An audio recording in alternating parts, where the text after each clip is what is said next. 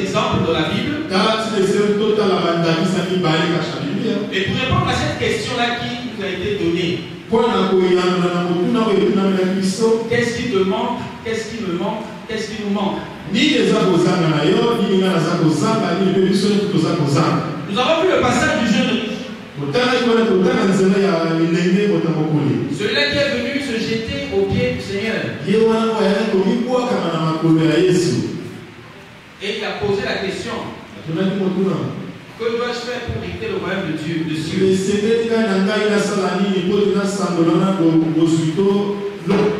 À entendre sa réponse, c'est un homme qui observait la loi.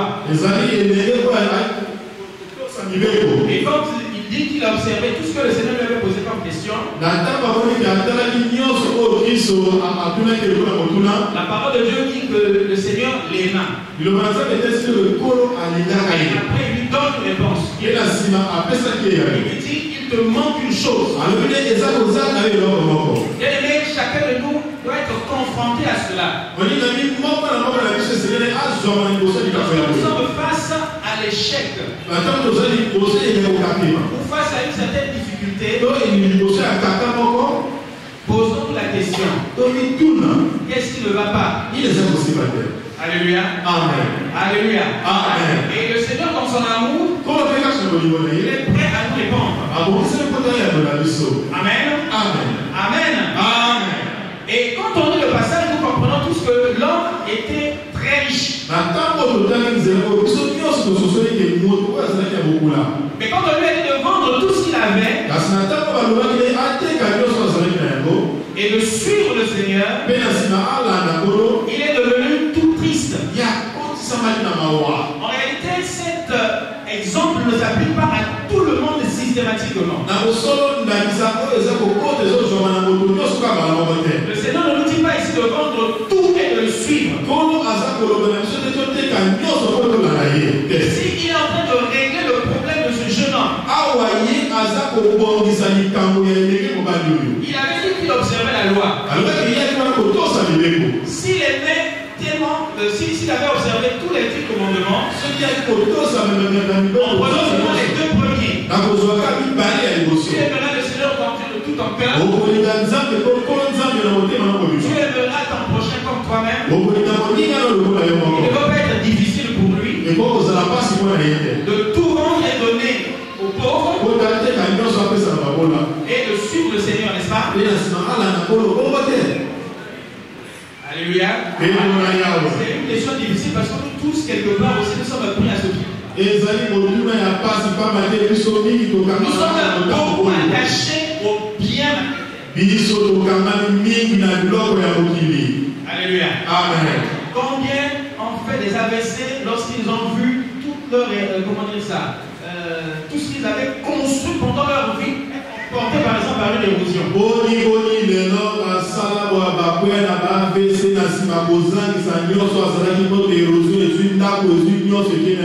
Pourtant il est en vie. Qui sait ce que Dieu peut faire si cet AVC-là n'avait pu en échapper? Ici, le problème de ce jeune homme, c'est qu'il était attaché au bien matériel.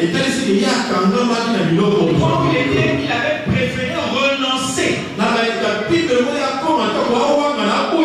de suivre le Seigneur. Amen. Amen. Amen. C'est ça son problème. Certains n'ont peut-être pas. Tu n'as peut-être rien qui soit consistant. Voilà pourquoi tu es très très engagé dans la voie du Seigneur. Mais viendra-t-il si jamais il y a un petit peu qu'on te donne? Il y a beaucoup de témoignages. Ceux qui étaient venus de la maison du Seigneur, qui ont obtenu soit une promotion, une élévation quelque part, et qui après ont tourné le dos au Seigneur. À quoi cela leur a-t-il servi finalement? Amen. Amen. C'est qu'il leur manque véritablement quelque chose. Et ce qu'ils ont obtenu là n'a aucune utilité. Et dans son amour, le Seigneur nous dit que nous devons être détachés de ces choses matérielles. Amen. Amen. Donc, lorsque nous sommes confrontés devant le Seigneur, il nous montre le vrai problème qui constitue un obstacle dans notre avancement.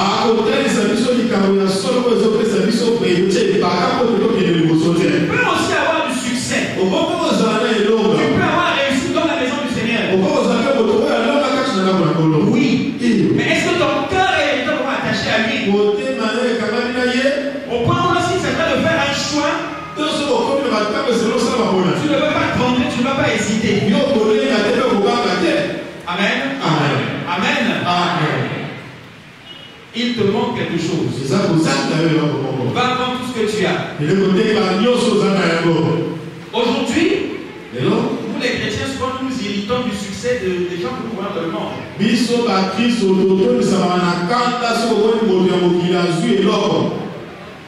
La Bible nous dit que Dieu envoie son soleil aussi bien sur les méchants que sur les bons. Il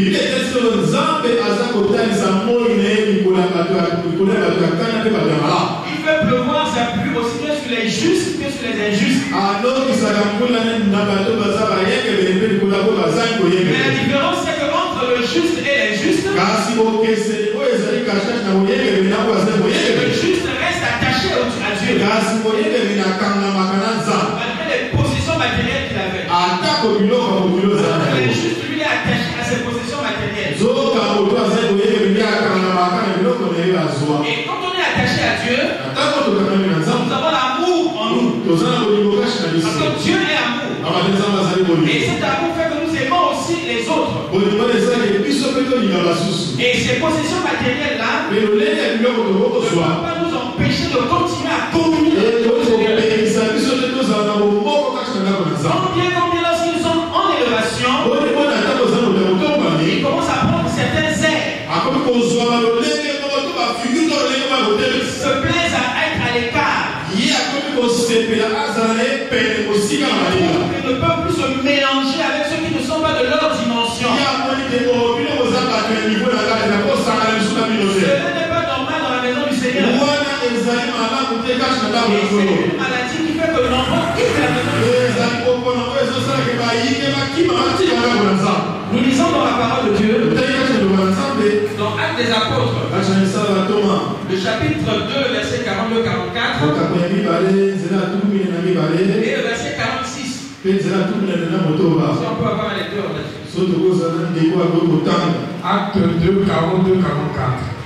Il persévérait dans l'enseignement des apôtres, dans la communion fraternelle, dans la fraction du pain et dans les prières. 43. La crainte s'emparait de chacun, et il se faisait beaucoup de prodiges et de miracles par les apôtres. 44. Tous ceux qui croyaient étaient dans le même lieu, et ils avaient tout en commun. Amen. 46. Ils étaient chaque jour tous ensemble assidus au temple. Ils rompaient le pain dans les maisons. Ils prenaient leur nourriture avec joie et simplicité de cœur. Amen. Amen. Amen. Amen. Amen. Dans ce passage, on voit que tous ceux qui avaient cru, ils étaient ensemble. Là-dedans, on ne fait pas de différence entre les pauvres et les riches. Ceux qui avaient réussi, ceux qui étaient en difficulté. Et chaque jour, ils se retrouvaient. Aujourd'hui, quand nous venons ici, les jours ordinaires, ceux qui viennent savent ce que nous sommes ici. Les mercredis et les samedis aussi pour les papas. Amen. Amen. Pourtant, dimanche, nous sommes nombreux. Alléluia. Amen. Même au niveau de l'orchestre, on chante avec beaucoup d'entrain. Ce mardi, jeudi,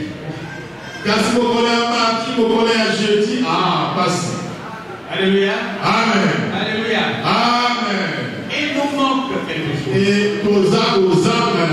Est-ce que nos cœurs sont attachés au Seigneur? Au point où nous n'allons pas faire des choix. Le pasteur nous avait dit dimanche passé ici, après avoir écouté la parole, des fois quand on sort, ce qui retient les gens, c'est qu'il a bien prêché. Mais toi-même, qu'est-ce que tu as retenu? Qu'est-ce que tu as gardé pour toi? Tu as bien de combler ce qui te manque là. Alléluia. Amen. Alléluia. Amen. Sinon, on se retrouve ici comme aujourd'hui aussi. Et on aura bien retenu.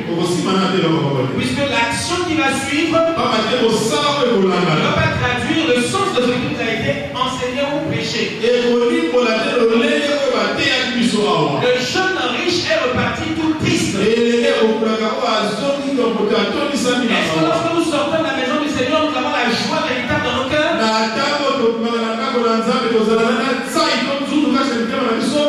Ou bien c'est juste une joie feinte? Et qui après va se volatiliser lorsque nous serons au loin de l'église de Dieu. Parce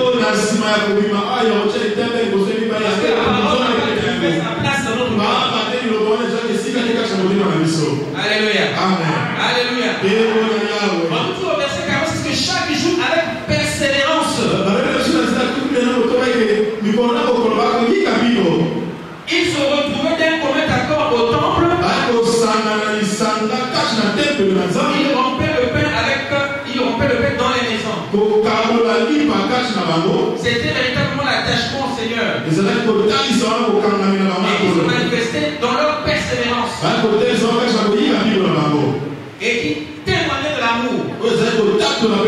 Si nous disons que nous aimons le Seigneur, nous devons aimer les uns les autres. Alléluia.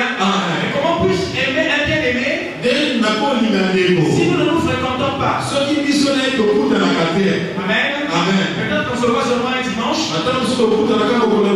Mais si nous pouvons nous voir aussi les mardis, les mercredis, les jeudis, toutefois qu'il y a une activité dans la maison de Dieu, s'il y a une retraite, un séminaire, vous allez voir qu'il y aura un attachement fraternel qui va s'installer. Il n'y aura pas que les gens qui vont se regrouper par groupe. Et des fois même dans la maison du Seigneur, il y en a encore qui sont sans groupe.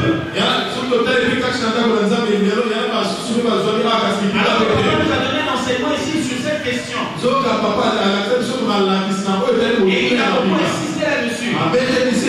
La foule qui suivait Jésus. Et nous avons déjà été enseignés là-dessus, on ne va pas revenir là. Tu dois être quelque part. Manifester ton attachement au Seigneur. Que ton activité, tes entreprises ne soient pas un obstacle. Même si tu as du succès là-dedans, le jour que tu auras peut-être perdu entre guillemets à être dans tes affaires pour s'occuper des affaires du Seigneur, et Dieu saura te le repayer. Il a plusieurs manières de pouvoir nous repayer ce que nous apportons dans sa maison. Si tu pensais avoir perdu le jour de dimanche par exemple aujourd'hui, tu vas aller peut-être faire une grande affaire. Et Dieu va faire en sorte que le lendemain, tu auras perdu cette occasion. Tu trouves une autre opportunité. Et tu auras plus grande que celle-là. Alléluia. Amen. Alléluia. Amen. C'est difficile parce que nombreux nous sommes coincés devant ces situations. On ne répond pas positivement à l'appel du Seigneur. Et donc ça c'est le cas de ce jeune homme qui est allé triste. La tristesse était déjà sa réponse. Alors nous allons prendre un deuxième exemple. Celui de Corneille. Nous savons tous cette histoire dans Actes chapitre 10. Mais on va lire juste quelques passages. De versets 5 à 6. Et les versets 28 à 34. Acte 10, 5 à 6. Envoie maintenant des hommes à Joppé et fait venir Simon surnommé Pierre. Il est logé chez un certain Simon, corroyeur, dont la maison est près de la mer. Oui, 32, 28 à 34. 28 à 34. Vous savez leur dit-il, qu'il est défendu à un juif de se lier avec un étranger ou d'entrer chez lui. Mais Dieu m'a appris à ne regarder aucun homme comme souillé impur. C'est pourquoi je n'ai pas eu l'objection à venir. Puisque vous m'avez appelé, je vous demande, donc pour quel motif vous m'avez envoyé chercher? Corneille le dit, il y a 4 jours, à cette heure-ci, je priais dans ma maison à la 9e heure. Et voici un homme vêtu d'un habit éclatant se présenta devant moi et dit, Corneille, ta prière a été exaucée, et Dieu s'est souvenu de tes aumônes. Envoie donc à Joppé et fais venir Simon, surnommé Pierre. Il est logé dans la maison de Simon, corroyeur près de la mer. Aussitôt j'ai envoyé vers toi, et tu as bien fait de venir. Maintenant, donc nous sommes tous devant Dieu pour entendre ce que le Seigneur t'a ordonné de nous dire. Alors Pierre, ouvrant la bouche, dit, en vérité, je reconnais que Dieu ne fait point exception de personne. Amen. Amen. Amen. Amen. Amen. Amen. Corneille, c'était un païen. Un païen qui faisait des aumônes aux Juifs. Et la Bible dit qu'il était un homme pieux, qui craignait Dieu. Mais ce n'était pas un juif. Et comme nous avons lu le passage qui venait d'être dit, dans le témoignage que Pierre rend en disant qu'il n'est pas permis à un juif d'être avec un païen.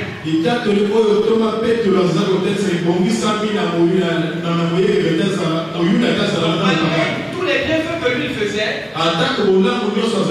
cet homme qui était romain ne pouvait pas donc se mélanger avec les juifs. Il ne pouvait pas. C'était impossible par rapport à la loi des juifs. De la même manière que nous avons eu le cas de ce jeune homme, le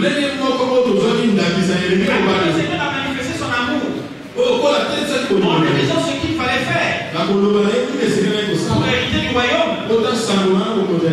Ici, l'Éternel aussi montre son amour à Corneille.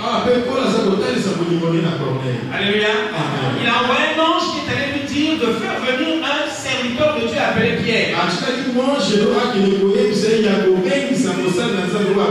Entre-temps, lui-même, le Seigneur s'est attaché à préparer le corps de Pierre pour qu'il vienne malgré qu'il était juif. Parce que dans le Seigneur Jésus-Christ, il n'y a plus de séparation entre les juifs et les non. C'était difficile pour Pierre de recevoir cela. Parce qu'il n'avait pas encore reçu cette révélation. Et cet événement va donc briser cette barrière-là. Mais là où nous voulons insister, c'est l'attitude de Corneille. Qui, malgré tout ce qu'il faisait, il ne pouvait pas parvenir à cette communion avec les Juifs. Mais lorsque le Seigneur lui envoyait quelqu'un pour lui donner la solution, il obéit avec empressement. Parce que de là où habitait Corneille et de là où habitait Pierre, il fallait marcher de longs jours pour faire l'aller-retour. Et parce que lui, il avait confiance à ce Dieu-là. Donc son amour, sa justice, Dieu avait vu cela. Mais il a vu qu'il lui manquait quelque chose.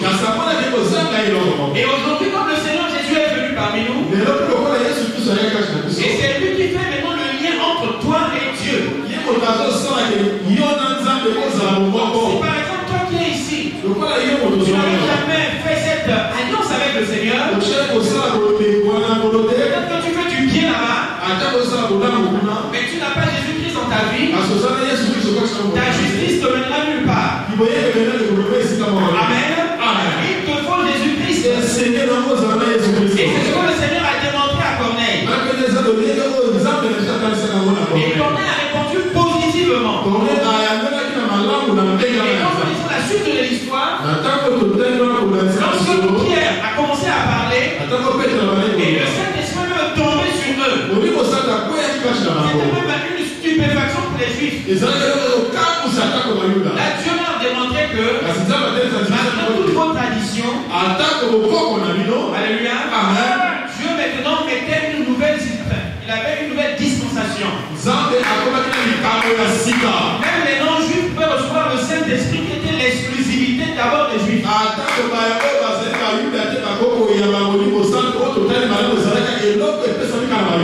Alléluia. Selon la compréhension des Juifs. Parce que lorsque nous lisons très bien même les voyages de Paul, pendant ces voyages missionnaires, il commençait d'abord à aller dans les synagogues. Mais après, on s'est heurté à l'incrédulité des Juifs. C'est pour ça qu'on tournait vers les païens. Parce que c'est la volonté du Seigneur que ce soit ainsi. Donc, Corneille savait qu'est-ce qui lui manquait. Dieu lui a dit cela. Et il a répondu positivement. Et le Seigneur a répondu et a accompli son vœu. Amen. Amen. Amen. Moi, ce qui caractérisait Corneille, c'est que Dieu qui faisait dans le monde. C'est-à-dire qu'il avait l'amour pour son prochain. Une fois de plus, ce caractère du chrétien et qui commence à se perdre de plus en plus dans la maison de Dieu. C'est-à-dire que nous sommes attachés au bien matériel. C'est le frein. Et de l'autre côté, nous voyons aussi qu'il y a la haine. Des inimitiés, c'est-à-dire que des oppositions. Des rivalités dans la maison de Dieu. Pourtant, nous disons que nous pratiquons la parole du Seigneur. Mais nous nous haïssons. L'apôtre Paul nous dit que votre amour ne soit pas hypocrite. Nous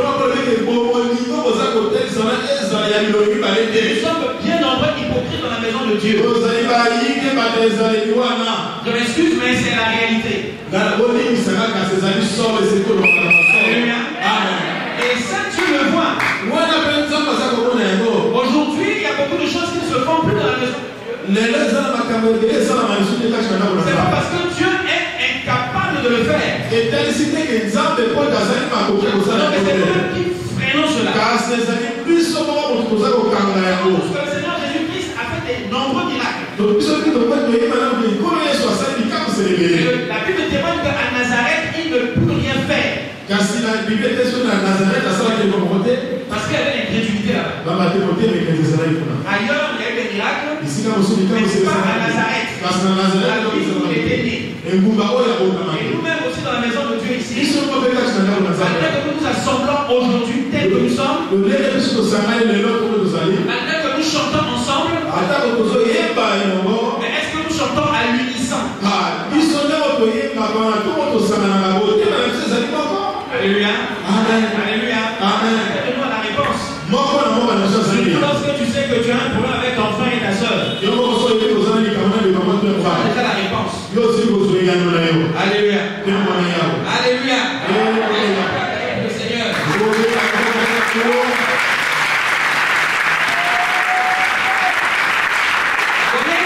Le Seigneur a envoyé Pierre. Parce que Dieu, le jeune homme riche avait eu la chance, si on peut le dire. Il avait eu la possibilité d'avoir le Seigneur en face de lui. Du temps de Corneille, le Seigneur était déjà ressuscité. Et il était allé au auprès du Père. Maintenant, il œuvre au travers de ses serviteurs. Le Seigneur aurait pu dire à l'ange d'annoncer l'évangile à Corneille. Mais ce n'était pas le plan de Dieu. Le plan de Dieu, c'est de passer par un serviteur, un homme que lui a établi et qu'il a envoyé. Et aujourd'hui, le Seigneur a établi ses serviteurs parmi nous. Est-ce que nous les écoutons? Alléluia. Amen. On n'a pas besoin que le Seigneur nous murmure seulement à l'oreille. Le Seigneur peut nous murmurer à l'oreille. Mais ce sera toujours en harmonie avec l'homme qu'il a placé devant toi.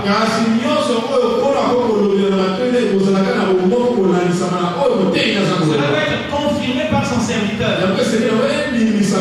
Il n'est jamais en opposition avec le serviteur qu'il a placé devant toi.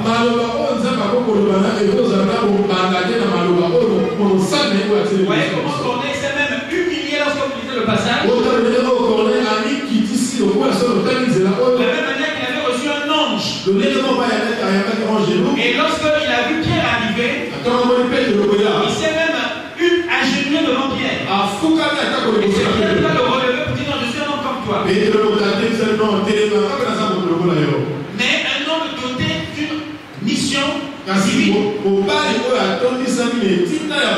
Est-ce que nous obéissons aux instructions des serviteurs de Dieu?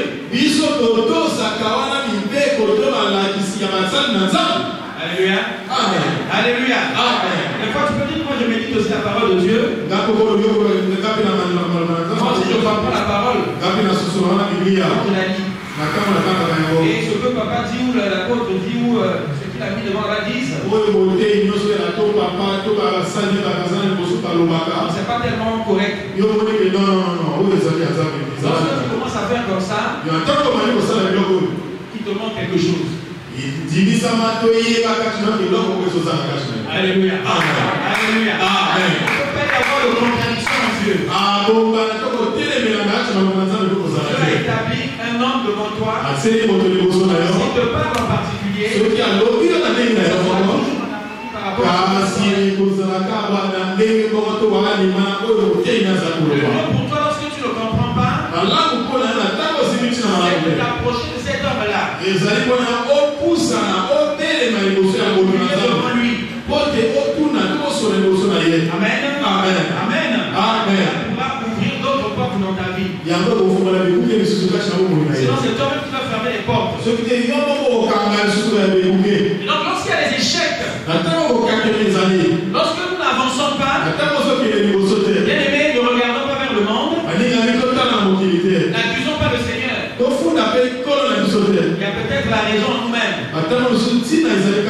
Le monde qui est en toi et en moi, et il faut trouver la réponse. Et Dieu t'en donne le moyen.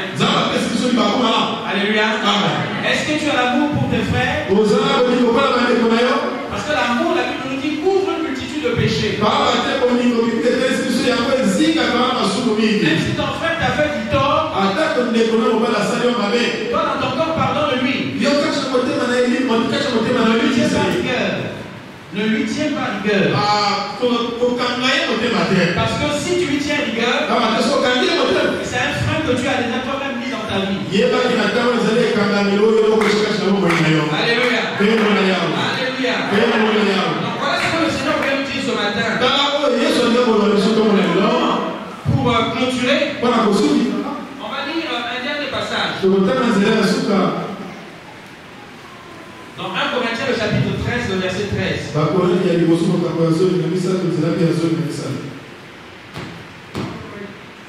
1 Corinthiens 13, 13. Maintenant donc ces trois choses demeurent, la foi, l'espérance, la charité. Mais la plus grande de ces choses, c'est la charité. Amen. Quand on parle de charité, dans la traduction grecque, c'est ce qu'on appelle l'agapé.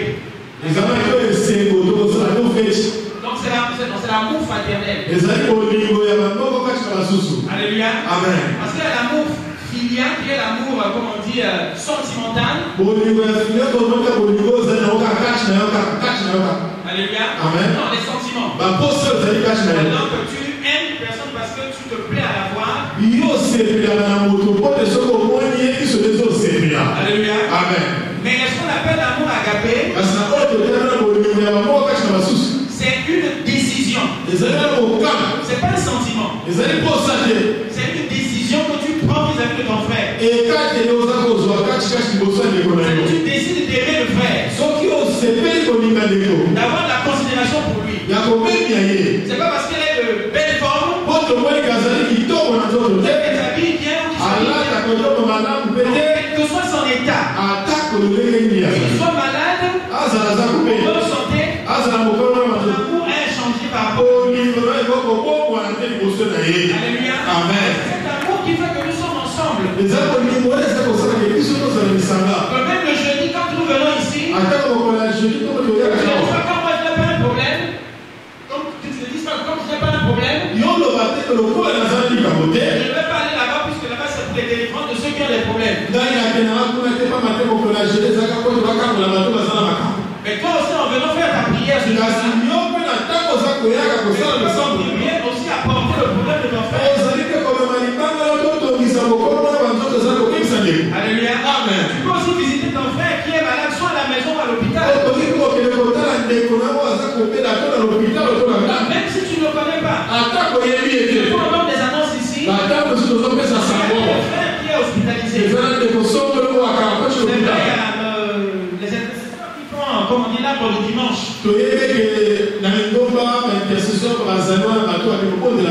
Pour le conseil des anciens aussi, certains diacres ou anciens peuvent se décider à aller rendre visite aux malades. Mais toi, si tu connais la sainte de ce bien-aimé, tu peux aussi aller. Je vous assure, lorsque vous recevez la visite,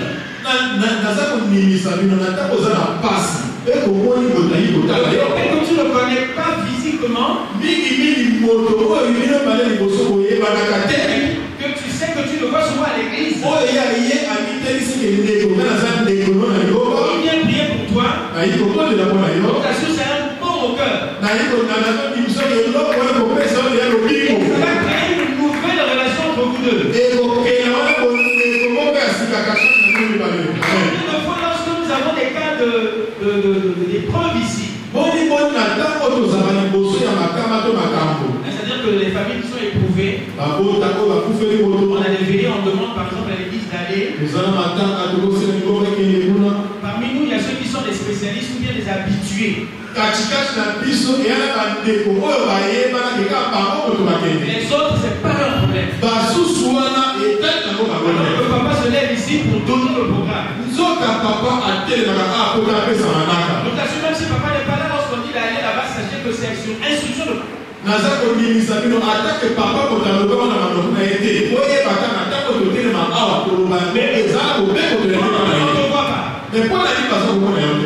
des fois même tu ne donnes même pas aussi la contribution. Mais où est cet amour? Tu as fermé toi-même ton cœur.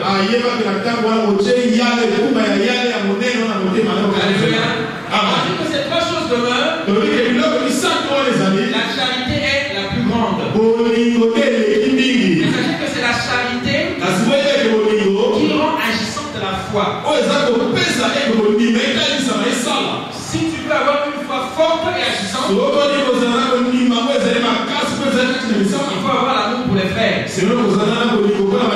Ce qui veut dire que tu as l'amour pour Dieu. Et lorsque tu as la foi, et quand tu persévères dans la foi, c'est là où tu obtiens l'espérance.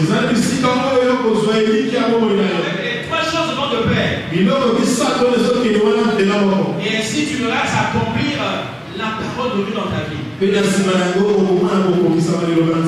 Et tu seras parfait.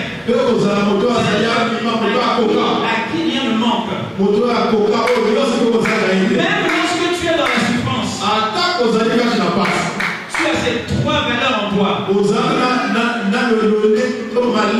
Tu n'es pas désespéré, tu n'es pas découragé, tu n'es pas abattu, tu ne te lamentes pas.